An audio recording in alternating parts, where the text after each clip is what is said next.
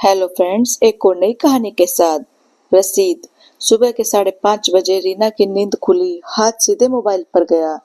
कोई संदेश नहीं। थोड़ी सी निराशा हुई, पर कोई बात नहीं। हमारे मन माफी की कोई बात हो जरूरी नहीं।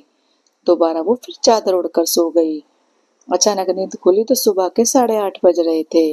एक बार फिर मोबाइल पर नजर गई तो संदेश था, सुबह 9 बजे तैयार रहना। फिर क्या था? हड़बड़ाकर बिस्तर छोड़ तैयार होने भागी। स्टाइलिश या सफेद लखनवी सलवार कुर्ता पहनने के लिए निकाला, लेकिन ये सोच के वापस रख दिया कि कहीं ये न लगे कि आज कुछ विशेष रूप से तैयार हुई है। पता नहीं, जब कभी उसे निशांत के साथ जाना होता वो कभी ड्रेस नहीं सिलेक्ट कर पाती, इसलिए कि कहीं वो ये न सोचने लगे कि मैं उसे इम्प्रेस करने की कोशिश कर रही हूँ।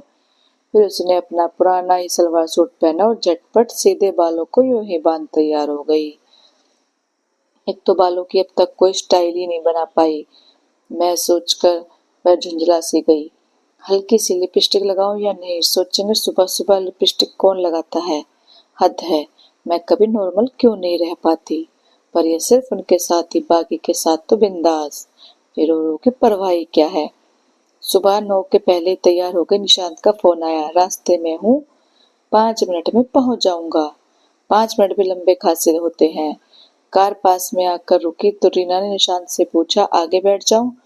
ऑफ कोर्स, ये भी कोई पूछने की बात है, निशांत ने मुस्कुरा कर कहा।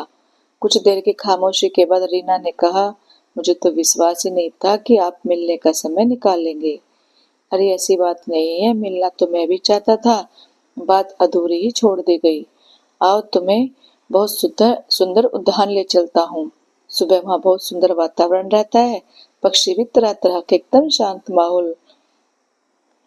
पार्क पहुंचकर सुबह के शांत माहौल में दोनों टहलते रहे और निशांत अपना बड़ा सा कैमरा लिए पक्षी और फूलों की फोटो खींचते रहे। एक बार सोचा कि कहूँ एक मेरी भी फोटो खींच दो।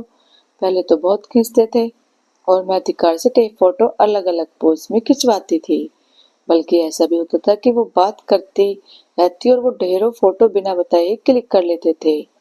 पर आज उसने कुछ नहीं कहा। इस बीच वो अपने बच्चों की, घर की और तमाम रोजमर्रा की बातें करते रहे।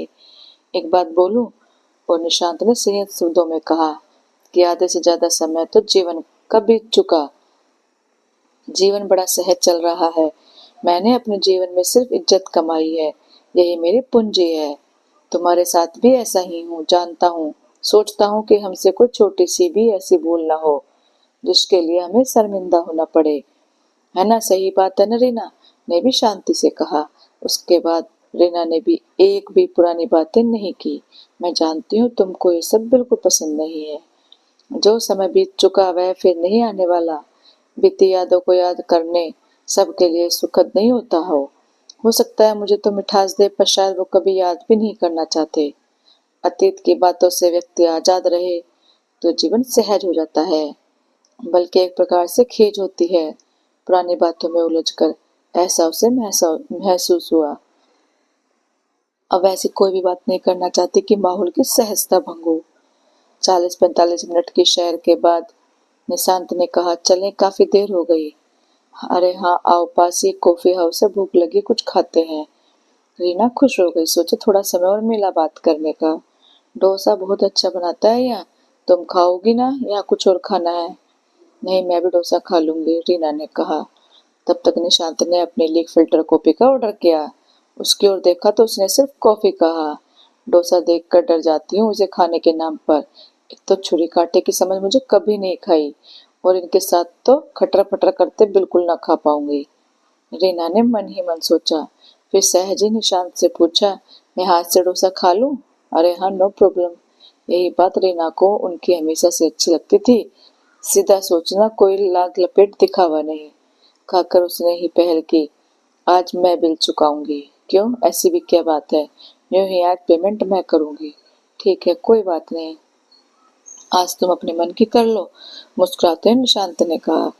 पेमेंट पर रीना ने बिल पर एक नजर डाली। तारीख, समय, फिल्टर कॉफी, कॉफी, डोसा, सब कुछ। आंखों में उसके चमक और चेहरे पर मुस्कुराहट हो गई। क्या हुआ है? निशांत ने पूछा।